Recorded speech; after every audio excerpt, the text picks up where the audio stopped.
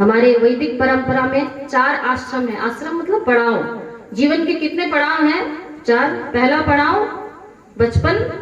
यहाँ चारों पड़ाव के लोग उपस्थित है, बड़े सौभाग्यशाली सभा है ये। कहीं कहीं पे 2 ही 3 पड़ाव मिलते हैं, है ना। पहला ब्रह्मचर्य, पहला आश्रम ब्रह्मचर्य आश्रम, दूसरा गृहस्थ आश्रम, तीसरा वानप्रस्थ आश्रम और चौथा संन्यास आश्रम। ये 4 आश्रम मानव जीवन में आते हैं। पहला जो है कम से कम 25 वर्ष तक का जो समय होता है जन्म से लेके, वो क्या कहलाया? ब्रह्मचर्य काल। इसमें जितनी मेहनत, जितनी तपस्या कर लेंगे उतना उतना आगे का आश्रम सफल होता है। दूसरा है गृहस्थ, उसके बाद आता है वानप्रस्थ और चौथे में आता है संन्यास। अच्छा ये बताएं, ये 4 आश्रम में से कितने आश्रम को हम जीते हैं? बताना। मुश्किल से 2, वो भी मुसीबत में ही जिए जाते हैं। पहला ब्रह्मचर्य काल, बचपन से नहीं पढ़ोगे तो खाओगे क्या? तो पढ़ना जरूरी है, जैसे तैसे पढ़ लेते हैं। उसके बाद आ गया दूसरे गृहस्थ में। इसके बाद तीसरा कोई आश्रम हम जाने की कोशिश नहीं करते। कोई कह दे कि आगे आश्रम में बढ़ो जी, इतने लोगों में पूरे गांव भर में आपके कितने वानप्रस्थी मिलेंगे? एक भी नहीं। जो बुलाए हैं बाहर से बुला के रखे हैं आपने। इस मंच की शोभा को बढ़ाने के लिए, इस गांव की शोभा को बढ़ाने के लिए हमने बाहर से सन्यासी और मुनि बुलाए हैं, तब जाके आपकी सभा अलंकृत हो रही है। तीसरे वानप्रस्थ में कोई जाना ही नहीं चाहता। और देखो हम जाते नहीं तो बच्चे में जबरदस्ती भेजते, जाओ वृद्धाश्रम, है ना।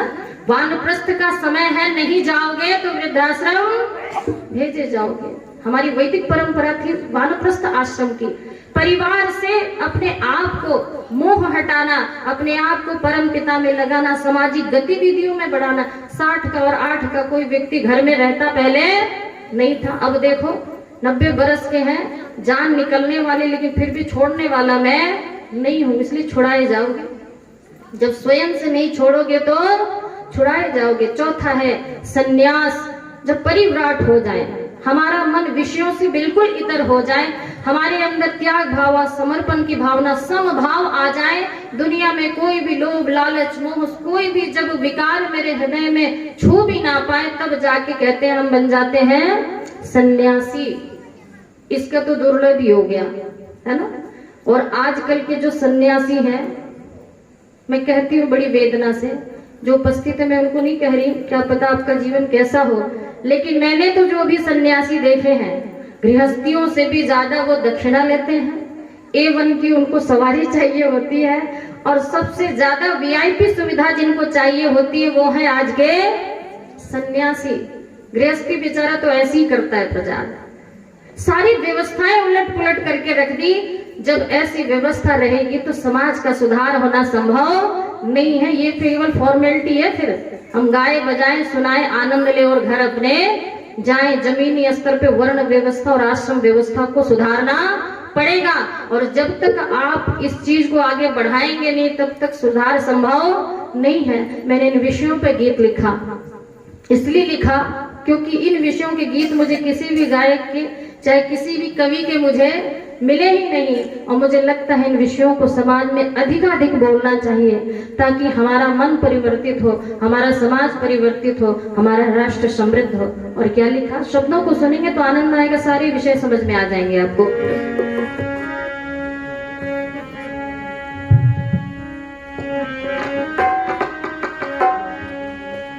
जीवन को जीने रे हो,